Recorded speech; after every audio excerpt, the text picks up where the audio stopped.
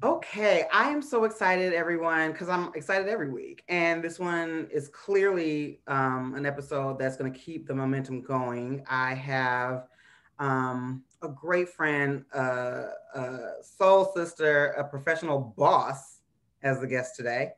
You heard a little about her in the bio. I'm going to give her an opportunity to share who she is with you all. So go ahead and just take it away. No, thank you for that, Allison. As you said, we have been in the trenches together. You Yes, are my friend, my soul sister. listen. We have been through it. We have been through it. So thank you for this opportunity. So a little bit about me. I'm 41. I am in marketing communications, have been in this industry for about 20 plus years. Yeah. 20 plus years. I am a sister, a friend, I'm a mentor, I'm an advocate.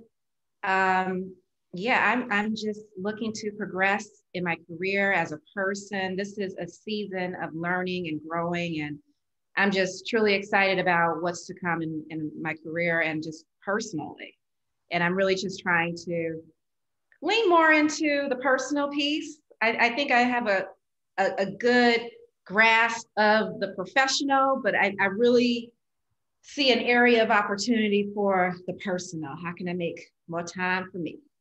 Now that listen, and that's not an overnight journey that you just seek out. I think Yeah. that it's well, first of all, it's consistent. It's very it's never ending because all only thing that's constant is change and growing. So I totally feel you, and I do want to dive a little bit more into that. I just have to clearly brag on you because I mean, when I introduced you as a boss, it wasn't an understatement. You really are a person who makes moves. I was reading a few articles and like Ad Week and uh, just really anything related to marketing or advertising about this new position you have and the C-suite. I know. So I how mean, exciting is that? I mean, it's so crazy, but it's so right. Business Wire, just yeah, you were just all over. And I say that because one, I want to take the time to brag on it because I do feel, and I hear this from a lot of my peers of like, yes, there's an internal part of you that's like, I want to remain humble and everything. But also there's a part where like people need to see um, people of color, African Americans more specifically, and women as well in these positions because it's not common just being real. And I think that there's a balance. Yes, we know you're humble. Yes, all that stuff. But at the same time, I think there's just like, there's a need to know that that exists and that's happening. Tell me about this just role and how it came just about, but not only that, how you feel about being in that seat in a Yeah. C-suite position. Yeah. I first want to say that this role, I'm the chief client officer at Havas Chicago.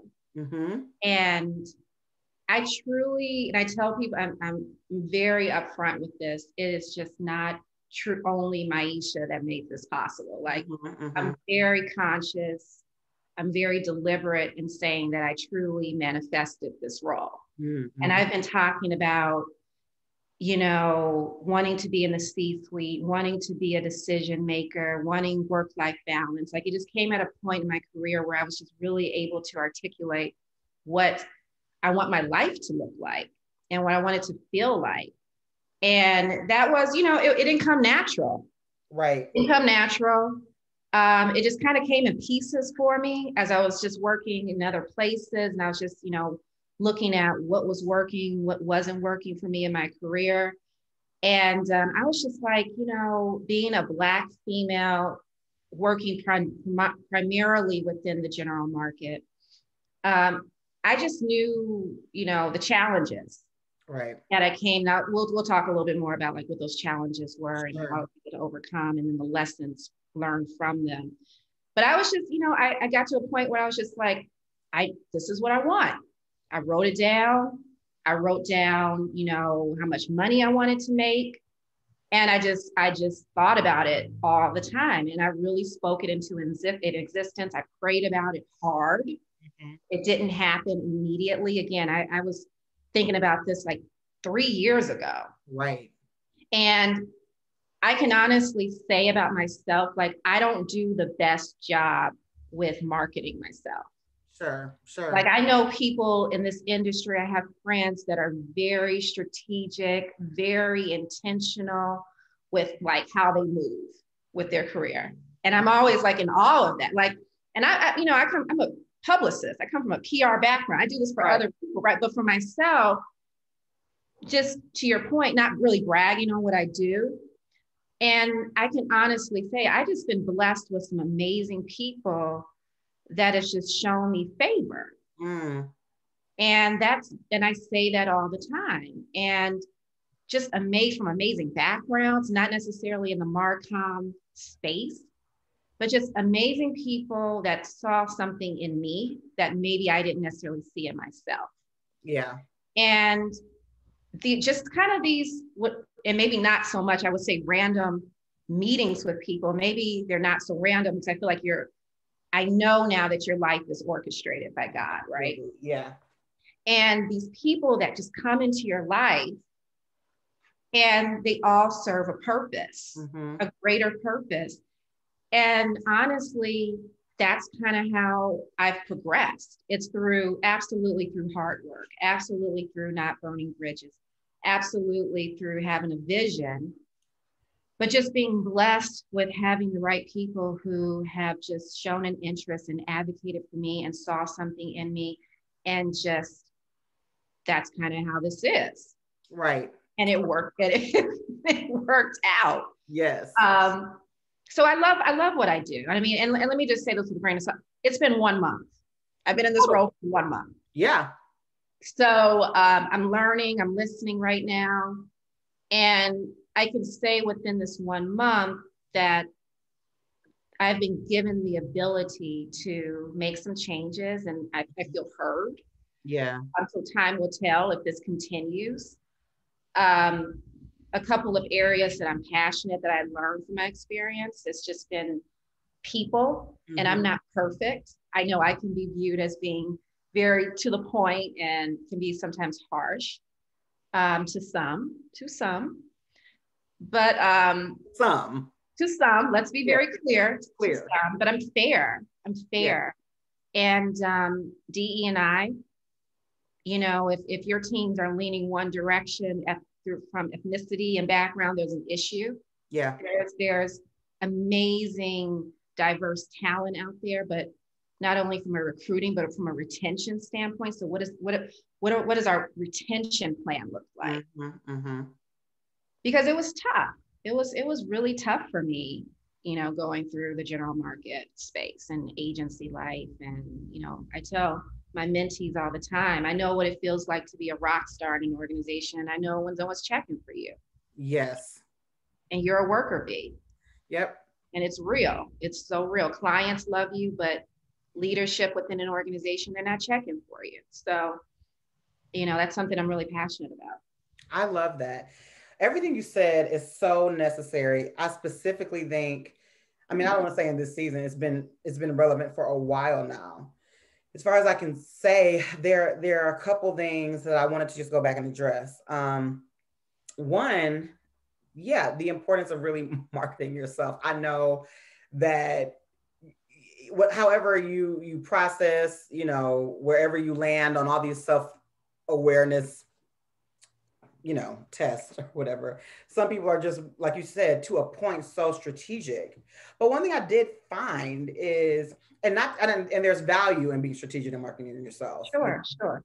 But I am pleased to say, at least in my experience and observation, that it is that hard work and that not burning bridges that still will get people to where they need to be, to the seats they need to sit in. And so it's just good to know that hard work still does win. I'm definitely a testament to that. That was one area of improvement in almost every job thus far. It was like, you need to market yourself better and you need to fight and say that was your idea. And I'm just like, I don't know if it's not necessarily, it was a fear to fight, but it's also like, sometimes you're just choosing your battles. And especially as a woman of color or Black woman, you're just like, am I really about to send this email to overstate something I did?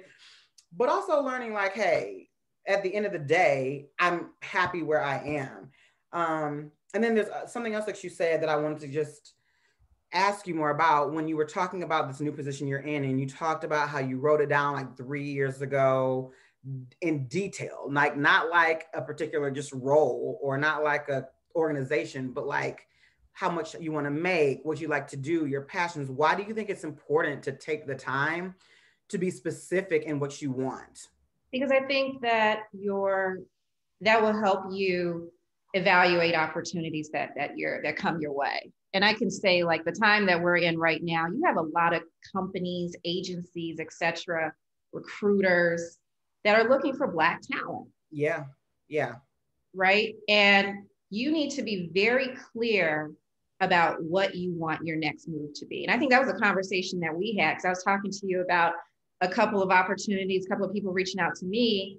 And I was like, okay, well, this is what I'm looking for if I go this on the client side. This is what I'm looking for if I stay within the agency side. If I stayed within the agency side, I was like, it needs to be at a C-suite executive level role where I'm a true decision maker. Right. So to me, it's very important to understand and really stay true to what you're looking for, because you'll be bombarded with opportunities, and not every opportunity is the right move for you. Right. Right. So you need to write it down, be very specific, be very intentional.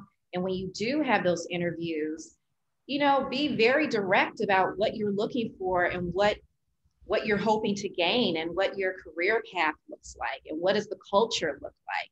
But also you're a team player, right? So I'm interested in DE&I, like, oh yeah, we are too. And well, I can help you develop XYZ. Right. But just being very intentional, being very direct about what you're looking for. So writing it down, praying about it. Mm-hmm. That's just so critical to me. And I can honestly, and it just makes me emotional sometimes when I look at the Post-it that I had directly in front of me in my bedroom. Yeah. And I felt like God exceeded all of those marks. Like I said, I want to make this amount of money, and it was like way above that. Yeah. I want to have this type of role. Like I never thought I would be a chief client officer. Right. Right. But I'm so excited about it because it's in my wheelhouse. Totally. So yeah, it's and even getting back to like the marketing of yourself when you mentioned that and what's expected of you. Like I'm an introvert by nature. Yeah. Yeah. In an extrovert industry. So just being comfortable in your own skin and your own greatness. Yep. And there's power in you being authentically you because other people see it, and just leaning into that. I love that. I mean, not to get super churchy, but the scripture does say, write the vision and make it plain. And I think it's important to do that because, to your point, like you said, it helps you assess the opportunities that you have, but it keeps your vision at the forefront, right? Yeah. And it's a good transition into another thing I wanted to talk about with you. And so we all have these goals and objectives and ideas. And I think that when we write it down, yes, it becomes more tangible and identifiable. And then that's just the goal. What I've learned is that we do need to write out what we want to see. We need to be nimble to the processing journey that it takes to get there. Oh my gosh. Yes. And I've had to learn, like, just write out the goal. Don't try to write out the journey, because that's where discouragement can start. And so my question to you is, when you think about what you wanted to do, and you can look back, let's say 5 years, or even at the beginning of your professional journey in which you desired, and I'm sure that there's expectations that you had to get there, or I'm going to work here first, and then I'm going to transition over to client, let's say. What was your original journey? How much of that came to pass? And for all the stuff that didn't happen the way you thought it would land, what are some things you're appreciative about in the surprises in the journey? Yeah, I mean, when I think back to, I started my career, I'm originally from Los Angeles. I started my career after college. I moved back to LA, and I was working in the entertainment space. I wanted to throw events. I wanted to be an event producer. And I wanted to just stay within that industry, that entertainment, fashion, space, lifestyle. Right. And it just did not happen that way. It just did not happen that way. And I'm really thankful for the journey and the lessons. Everything happens for a reason. I am probably one of the most impatient people. Like, I want it when I want it. I'm always thinking about, like, okay, by 30, I want to be at this point in my career. I want to have this type of lifestyle. By 40, I want to do this. So I had to learn to just relax and trust the process. And that learning, and I'm still learning that. But what really made that real for me was, I think it was, where was I in my career? I just left an agency. I think I was about 26. And I just left an agency. My VP left an agency. She took me with you. It totally was out of the industry that I wanted to work in. Like, I like consumer brands. I think this was healthcare. No shade to healthcare. That's just not my thing. Right, it's just not. That's another episode. Right, another episode. But I was working on healthcare, and I was just like, But I wanted to kind of go into merchandising. I kind of wanted to fall back in, like, what my passion was, like merchandising lifestyle. So I went to the Art Institute for like a semester in Chicago, and I got an internship at Gucci. And I was making mimosas and like working the floor. And I mean, it was while I was still doing my PR job. Yeah. I was so happy. But I didn't like the job that I was doing. I'm like, oh, this is just crazy. Why am I in this position? Why am I in this position? Fast forward maybe a few months to a year, my dad was diagnosed with cancer and later passed, maybe like a year later, a few months later. And because I had the job that I had, they were based in New York. I became the Chicago office. I was a one-woman show. So I was working from home. So I was able to like kind of go as I please. I was like visiting my dad a lot when he got sick. So it gave me the flexibility to do that. And so hindsight, I look back at, and I tell people this story all the time, there was a reason why I was placed in that role, because my dad was dying, he got sick, and I was able to spend time with him. Yeah. Where if I was in like another agency or on the client side where the workload would have been crazy, maybe I wouldn't have been able to have all that time. So, learning to trust the process and learning to have patience is a virtue. And I'm still learning and growing. But whenever I find myself just having that angst, I think about how God's timing is perfect. Yeah. And it's just about, and again, I'm not perfect in any way, and I'm still growing and learning patience, but I think back at that and just do the best job that I can do and keep praying about it, keep visualizing it, manifesting it, and it will happen when the right time is for it to happen. Yeah. And it might not be the best time for others. Right. And I internalize a lot of things. I'm like, oh my gosh, this is like the worst timing for me to leave this current position. Yes. But when it's time for you to move, you got to move. That's the truth. And you gotta sometimes be selfish. Yeah. And try your best, of course, not to burn bridges and set things up the way they need to be set up, but it's bigger than you. And when it's time for you to move, God's timing is perfect and you need to move. It's true. And that's really hard. I notice even when I'm talking to younger people, they have this idea. I mean, I'm sure we all did, right? Because that's just where we were, of like, I need to stay here and I need to push this out and I need to do this. And I mean, I always say, and to your point, like, you try to share that knowledge as much as you can with younger people or mentees of any sort, of like, it really is trusting the process and knowing that this is your story, professionally and personally. Like, it doesn't belong to anybody else. You're in no one else's timeline. No one's timeline is the same. When it happens for you, that was the right time it was supposed to happen for you. Yeah. But the sooner that you can grasp that, honestly, the more peace that you can have.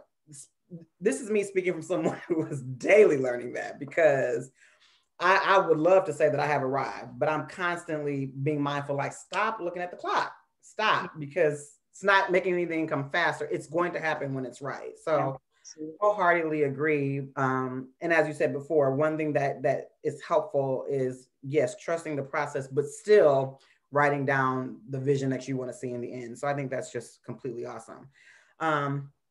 And totally understand that hindsight, obviously being 2020, we can all look back on these experiences and say, like, totally get why I was supposed to be there. Still didn't like it.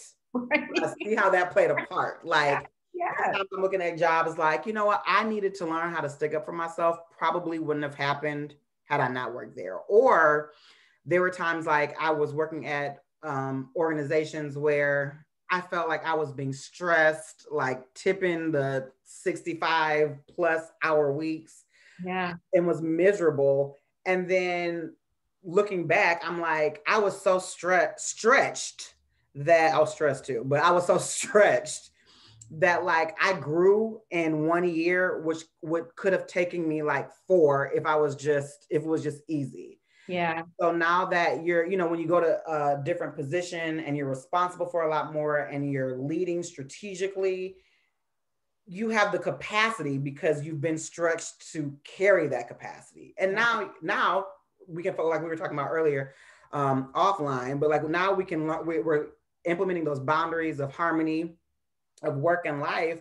But I still know that when stuff needs to get done, I know how to handle it, because I've been in situations where I had to hold the most, and make magic happen. And anybody who's worked at an agency capacity knows that we indeed make magic happen. Like, you want what by what?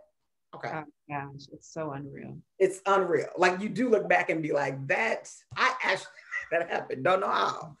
But that's crazy. But even in that, there are sometimes things, are not necessarily things, but there are experiences that we probably thought, like, this might be the one thing that's going to take me out. And so what was that moment for you where it was like, this is kind of a breaking point? It doesn't have to be professional, because a lot of what we learn personally can impact us professionally. But what was that breaking point, and what was the mindset that you had to adopt in order to push forward and past that? And even in being transparent, I'll be honest, push forward and past that, meaning like it could have took you 4 or 5 or 10 years to push it completely past it. But what was that mindset, or what was it that kept you going? Yeah, I think it was, honestly, I was at an agency and I just felt like I just couldn't win. Yeah. Like, I just felt like, again, I know what it feels like to be a rock star. I know what it feels like when no one's checking for you. And then that when no one's checking for you, like that phase in my life for like 2 years, I just felt so defeated. Like, I just felt like nothing I could do. I just felt super defeated. I was just like interviewing crazy. Like, I would have taken anything. Yeah. And I just was miserable. I was just miserable. And I just kept praying about it, and just being really active. And, a door opened. But yeah, it was just hard. It was just hard. I just needed a break, because I just felt the trauma that came along with that, as traumatic as it was. And now I can look back and see the learning from it, and, make changes in how I want to treat people, how I want to lead. But my gosh, I mean, that was really the breaking point. And I don't know how I got through it. I mean, I don't have any wise words of wisdom to give you. Strictly just persevere, grit. Yeah. It was just one of those moments that was just super hard, and part of life, and part of, I don't think I've necessarily had anything personal that was just like really super traumatic, that I just felt helpless. But yeah, I mean, it was just that work piece that was just like brutal. It was brutal, mentally, everything. And so this is just, I find that interesting because I know everybody has a different, story and growth path, but I identify with that story in that situation. And there were definitely times, of course, like you when it's really toxic, you do need to go. Yeah. Um, at the same time, I've always wondered, and I'm saying this because I don't have an answer to it either, but like, I always wonder, like, I can look back and I clearly say, these are the things I learned from that. Yeah. I mean, it was pure hell when it was happening, like literally, but I can identify those moments of like, where I stepped out my comfort zone and like would have to have a real conversation with a boss or someone higher up that wasn't comfortable, because I'm like you, like I lean more into the introvert space. And so like I would wrestle the night before, like I need to write an email, I need to speak to someone. Of course, everything is in my mind. Like I don't want to be the Black woman that's having an issue, whatever the case may be. So I was constantly like thinking about it, but it taught me, it taught me to defend myself, to like, you don't have to take things, especially when you know you are doing right, and not even coming at it in a defensive way, but a way of like, I want to be successful. I want our team and clients to be successful, and I want to create a culture that's successful. So approaching it that way. But it's also been beneficial in, and I think you mentioned this earlier, like when you get to a position to have people work in your direct line of reporting, like to be mindful of how I'm creating a culture for them, as well as being a professional mentor of like, hey, I want to keep an open line of like, let's manage up, let's learn from each other.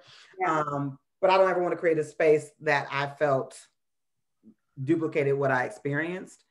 And at the same time, not that, I mean, it's to each choice, but I always am like, don't always let the first thing you do, let that be running away from something. Now, again, like you do need to leave toxic situations. Yeah. But I always say like, there's gonna be a bit of crazy everywhere you go. Everywhere. I don't even care if it's your dream job. And so I'm not advocating for staying in toxic places, but I just, like I said, and I'm talking as I'm thinking, but I'm just like, there is value sometimes in sticking some things out and pushing through. Identify your limit where you're like, this is where I draw the line. But there's, I say that. But there's, and I say this to a couple of my mentees that work in the general market, and they wanted to move into the multicultural space. And I'm a huge advocate of the, let me just set it up. Absolutely. I'm a huge advocate for the multicultural space. I think it's needed. There are no perfect agencies from the general market standpoint. Correct. From the multicultural standpoint. And this person she's currently within the general market. And she's like, oh, I just want to go over to the multicultural side, and which is fine. If that's what you want to do, that's cool and all, but I don't want you to run away from your issues thinking that it's going to be better because I'm a Black person and I'm going to go to a multicultural agency. Because the reality is, yes, there are absolutely benefits to working at a multicultural agency from the standpoint of being your authentic self and not feeling like being judged. And I feel like a lot of these agencies give you grace to really perfect your skills that might not necessarily, depending on the age and general market agency, give you as a person of color. But the reality is that's not, the real world isn't just Black or Hispanic or one side. It's, you got to learn how to maneuver and move through tough situations. Yes. And that's why, even how crazy it was with that experience, I'm saying that I was just like, oh my gosh, this is, I feel defeated, whatever. I'm so thankful for it because it just taught me, amazing lessons. Right. And to your point, I knew my breaking point because I'm like, I am miserable. This is really breaking me down. So I need to exit stage left, right? Sure. So knowing what your breaking point is, but also understanding like, you got to learn how to work a situation in an environment and move through the crazy. Like, and then of course, if it doesn't work out, then of course you make plans to move on. But understand, you got to know how to deal with all types of people. For sure.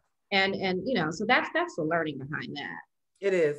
And I think it circles back to what you were talking about earlier with not burning bridges, especially I'm sure it's with a lot of industries. I can definitely speak for it in the MarComm industry, but you know, it's learning how to maneuver and navigate without burning the bridges. Because I promise you, you are going to meet a lot of the same people as you move forward. It's not tied to a region. It's not tied to a client. Like, you will run across the same people. And so it is a maturity that you have to work towards, that you have to learn to speak up for yourself, you know, maneuver, navigate, do all of this without messing up your network, without burning bridges. And know that there's a lot of full circle moments coming, whether it's with jobs or people. It happens. Because like I said, there's times, and I've seen it with a lot of people, where they don't like an organization, they leave, and then they might come back in a whole different space, level, point of the growth for the agency, point of growth for them. So it's a lot to learn, but it's good to learn it sooner than later, for sure. Absolutely. Yeah. And so you talked also about what you share with your mentees, and I think that's a great point to linger on for a second. How important is it to you personally, and then just on a broad level, to have that reach back mentality and help someone else kind of learn how to do those skill sets that we just referred to? I know not everybody feels like that's their responsibility, but I do think there's value in it, in creating better. I think there's value in it for individuals, and I also think there's value in it for organizations. I want to hear your perspective on it. You have an obligation. I mean, that's something I'm really big on. I just think back to my career journey and how difficult it was for me.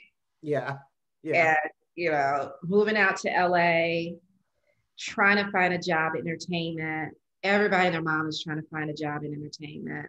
Publicist. I mean, that's like the sexy job. Sure. And you had a lot. I just my personal experience, just a lot of folks just, you know, full of themselves, over promising, can't deliver anything. And it was brutal for me. I was living with my aunt and uncle, who I love to death, and I'm to this day amazingly grateful. Sleeping on their couch in LA, making 200 when I finally, after damn near a year, landed a job as a publicist. I was making $200 a week. I was making $200 a week on my aunt and uncle's couch.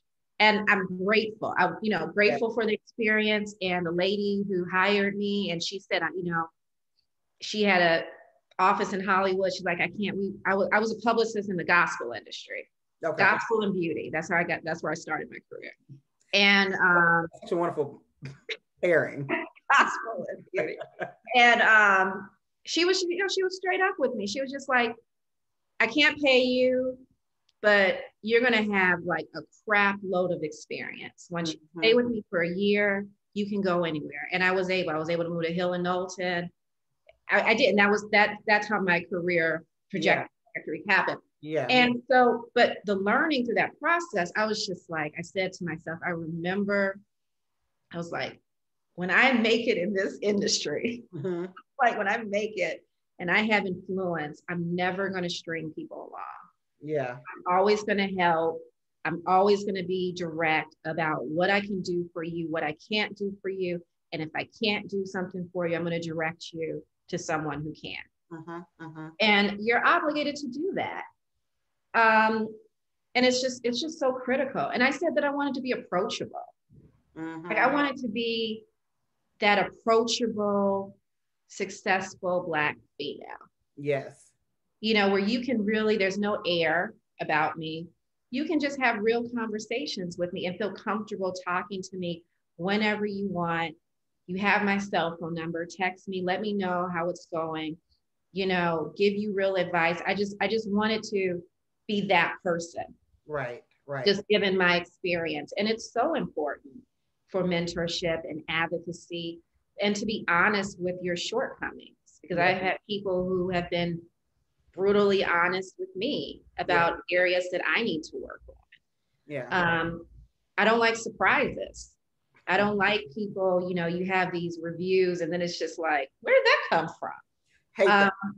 Yeah, I mean, it's just like, tell me what I need to work on. Tell me about myself. So advocacy, paying it forward, seeing, raise, you know, lifting as you climb, all of that. It's critical.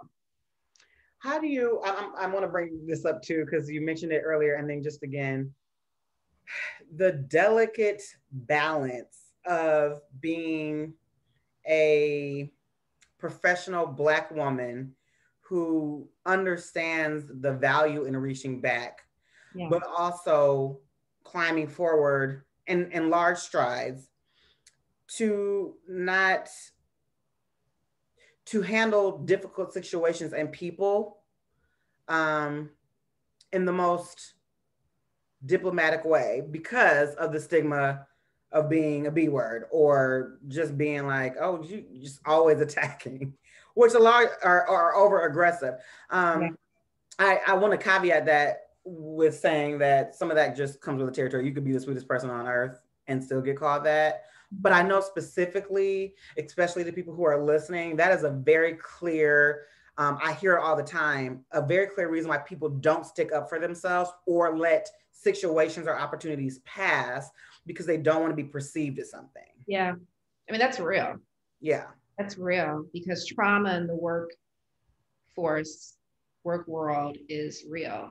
And I can honestly say that, you know, that particular time in my life where I was just, when I felt like I just defeated, like that was really heavy for me. Yeah. It caused some trauma. Yeah. Because it's like, you know, I was perceived a certain type of way. Right. And there was a narrative about me that was just like, just continue. I felt like I could not get past this freaking narrative. Yes. You know, I could bring in donuts and, you know, throw the company party. All day. And like, you know, just create opportunities for people, you know, and it's just like, I couldn't escape this narrative because you had a few people who just weren't, you know, feeling you for whatever reason, right? And so that really had an impact on me as I, you know, progressed to the next level in my career. And just like, I felt like sometimes I was walking on eggshells. I just had to be very thoughtful, and you always need to be thoughtful and intentional. Sure. Like talk to people, of course, right? But I just, you know, in the back of my mind, it was just always like, you know, does this come off a certain type of way? You know, how am I, you know, being perceived? You know, so it's real, where I don't think other ethnicities, they have to think about, or men have to think about that. They just go, they just react. They just, you know, they're very upfront about their views and comments, and they're not being judged or anything. And that was just something that I had to work through and become comfortable with. And I think what helps with that is if you have advocacy within an organization. Yeah. You have people that look like you who can champion for you and can, you know, behind those doors, when, you know, if you hear like a negative comment made about that person, or, oh my gosh, I can't believe he or she said it that way. You can say, well, actually, you know, that's not, you know, how it was supposed to be delivered. I think he or she might have meant it this way. Mm-hmm. And so that's why those roles in the C-suite or at the, you know, high levels are so important to help mitigate that piece. Yes. But I would be lying to tell you if I didn't, you know, in the back of my mind, like, can you look at this email? Does this come off a certain type of way? Or am I coming off this way? Or should I position it this? Like, I'm very thoughtful and intentional of how, you know, I may come off, or, you know, how I need to handle certain situations. Yep. Wholeheartedly agree. That's such good wisdom, Maisha, because yeah, I hear that is just a point of contention for so many people. Like I said, specifically people of color and women of color, because there's just such a thin line. And I think it's important to, as you said, be comfortable in yourself to a degree, to know, like, one, you're not going to please everybody, but if you're confident in that your intentions were fair, and thoughtful, you got to learn it. You got to learn and move past. And even for myself, like I had to learn, because I'm cracking up because like that is so true. Like you can literally bring all the coffee, celebrate all the birthdays. You can do all of it. Right. But it's truly is just like, I think one is just adapting a spirit of excellence and knowing like, this is the job I'm here to do. Yeah. And showing that, yes, I'm someone that you can speak to, and I'm going to give you a perspective of both sides and a response that considers both sides. But at the end of the day, we are here to get things accomplished, and that's what needs to happen. That's what needs to happen, and we need to be fair about that. Yeah. But most importantly, to your point, being confident in who you are, because you know you're not a mean person, right? But it's all part of that growing, maturing, navigating. But I do think it was important to just touch on to know, like, don't over internalize and think that's just who you are. Know that it just happens. And I'm a processor and internalizer too, or as I like to say, a recovering overthinker, because I've gotten so much better. I have truly learned to be like, you got to let that go. I guess you gotta learn to turn your brain off. Yes, like you dive too deep. You're diving way too deep. Yeah. And so, we've talked a lot about some really high moments, and moments that were definitely felt like valleys to get through. I think one thing that we can all say is just valleys are gonna happen consistently throughout life. And then at the same time, peaks happen throughout life. So that's just with every valley, that's what comes with, the next peak. And with every peak, can often bring about a new valley. But in your learning over life, what is it that you do just to make sure that you are taking care of yourself mentally, emotionally, just making sure that you're maintaining peace throughout those valley moments, be it professional or personal? Yeah, it's setting boundaries. Mm-hmm. I have to set boundaries. I have to be able to turn my brain off. I mean, just for your own wellness, yes, your own health, right? Like my brain just keeps going. If you let it, right? If you're constantly checking emails, constantly online, clients have your cell phone number, which they still do, whatever. It's a journey. But I have to turn it off. Mm-hmm. Like I'm done. Like you're going to get 120%, from these hours to these hours, with the understanding that it may not just be that cookie cutter, but you have to set boundaries, especially in light of us working from home, because I think now like people are working harder, working from home where there aren't any boundaries. So as much as you can do that. So just turning my brain off is so important to me. I value my weekends. I value just the little things in life. I'm determined to get a hobby. So where, since COVID hit, I've been obsessed with like home decor and decorating my home. I'm determined to make a shoe line for women, design that. So I want to, I know, I want to lean into my creativity and the creative side for me. Like and that came from, I think it was 2019. And I think it was like a challenge, Instagram has all these challenges. And stuff, right? And they're talking about what's your top 9 of 2019. And even as I talk right now, like everything is about my career. Right. Everything. I think about the question that you asked me about, like, it doesn't have to be career, but even personal. And I'm like, and I lean back to my career. Like everything is about my career. And I'm like, Maisha, you need a hobby. Mm-hmm. You need an outlet. And I've been saying that for a while, and I've gotten a little bit better. But it's like all the great things that happened to me, and I've experienced some great things, but they all had some type of connection to work. So my focus, and even when picking this next move, this current role, was I just need work-life balance. Yeah. I want a family. Think about what happiness looks like for me, as I was talking in one of my therapy sessions. Yeah. That's another show, therapy, right? Yeah. But quick shameless plug. I'm always saying like therapy and counseling. Oh my God. Key. Like I know people, I mean, you know, and I'm not saying it has to be the same form, whatever, but we'd be remiss to think that we can carry all these situations, go through all these valleys, hit all these obstacles, and not talk through these situations. It's just, that's not realistic, not for a healthy lifestyle. So, I mean, we can go back to the conversation, but just want to make the point. Seriously. You know, handle your issues, talk through stuff. But yeah, so I was just, you know, we were talking about, this is what I lost my train of thought. So yes, I was thinking about like, what is happiness for me? And happiness for me isn't, I'm automatically going to be driven with work, right? I know I'm going to be successful in my own right, whatever, that's fine. But like true happiness for me is I want a family. And how I define a family, it doesn't have to be children. I'm indifferent about children, but I want a partner. Totally. So that's the one thing I'm really manifesting right now. Yes. I want a partner. Like I'm sick of doing all of this stuff myself. I want like a true partner that I can listen to, we grow together, all that good stuff. So I want a family. Like that's what happiness for me. Family, health, you know, the health of my mom, my sister, my friends, you know, all of that. Yep. That's what happiness is for me. I love it. I love it. Yeah. I love calling it out.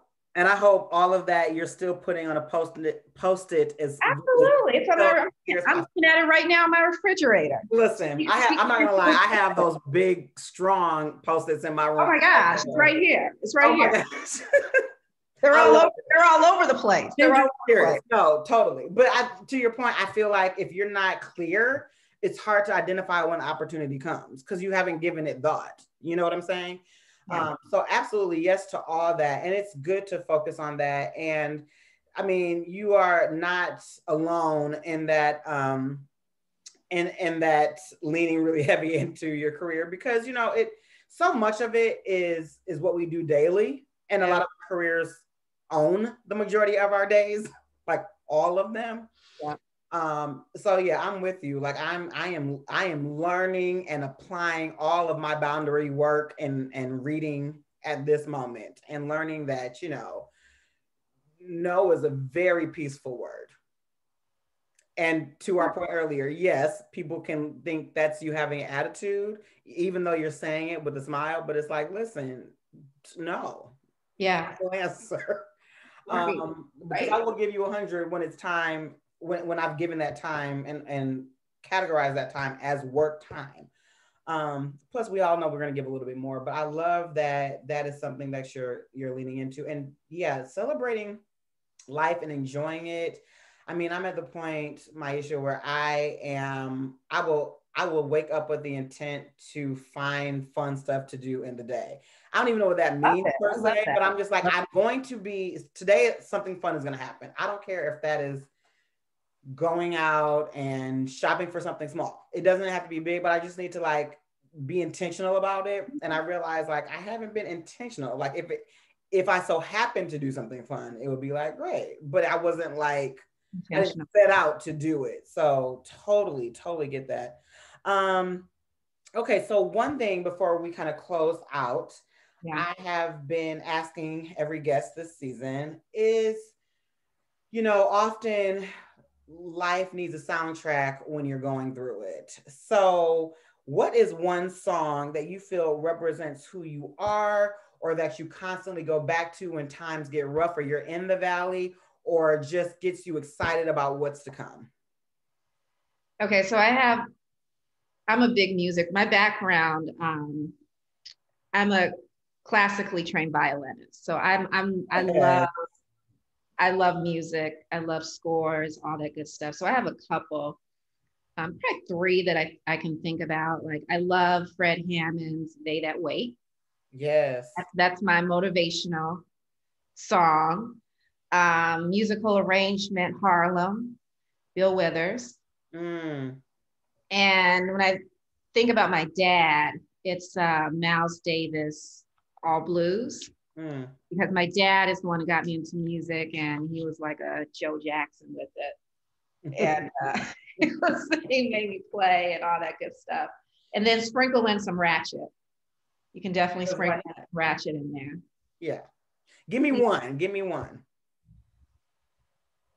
Oh my gosh. Judgment Free Zone. What I'm listening to right now, Best Friends. That's fair. By Sweetie. Yeah. I love it. Yeah. Well, Maisha, thank you so much for doing this episode with me. A lot of great gems and great conversation. I'm positive that people can identify with everything you're saying. And if not that alone, learn something from what you shared. Again, super big congrats to your new position as client officer. That's so awesome. I can be a personal witness to everything that you said as far as being a person that people can talk to. I mean, I worked with you in the capacity of a partner, an agency partner, but honestly, you were definitely someone that gave really strong professional insight, kept it real, but also kept it professional and kept it tied back to the objective. And that was something for me to constantly glean from. So I appreciate you for that. And I really and I don't say this as a weighty thing, but I really only expect great things for you because you really do sow that in what you do from a professional standpoint, how you give and provide mentorship to so many other people. So it's all the recipe for success at the end of the day. You're reaping honestly what you have sown in every aspect. And listen, I'm gonna just be 100 because it's that season and I'm feeling this way in 2021. I am believing God and agreeing for everything that you have written on every post-it in your house because it's real in these streets and I get it. So listen, you have someone that is definitely agreeing in prayer with you on those things because it is time to just really enjoy life and I'm sure someone that's would consider themselves the elder of both of us are probably looking at us like, hey, they're just so young. But truly, I think we're in a season where we are tenured enough to look back and see the grit and grind that we put in for the past decade or more and say like, hey, I kind of want to just enjoy all the work and like crazy hour work weeks and ridiculous traveling and crazy undoable but executable deadlines and say like, I kind of just want to enjoy some stuff. I mean, I definitely want to provide some counsel and some strategic thought, but I also want to travel and just say, hey, yeah, my team got that. Yeah. So I'm wanting that for you and so many people. So know that you are not carrying that alone. No, I appreciate that. That truly means a lot to me. And the same for you. This is our season of greatness and new chapters and manifesting and all of that and just receiving love and light in everything that we do. And it's going to happen. We just have to trust the process. Totally trust the process and write the vision down. Write the vision down. So listen, before I sign off, so to speak, that was so podcasty. Sorry.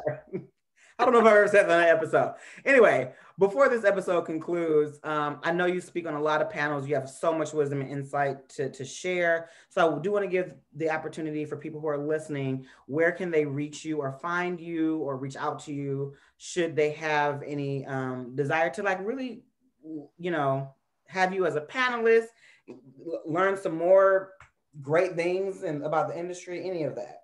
Yeah, no, check out my LinkedIn. It's my name, of course, Maisha Pearson, and just shoot me a message.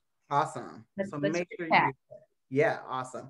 Thank you so much, Maisha. I'm so glad to have you here. Everyone listening, I know there was so much to gain, and so I'm sure this is a collective thank you to our guest. Make sure that you continue to tune in as we just hear more awesome stories and wisdom and experiences from pages from my book. I will talk to you soon.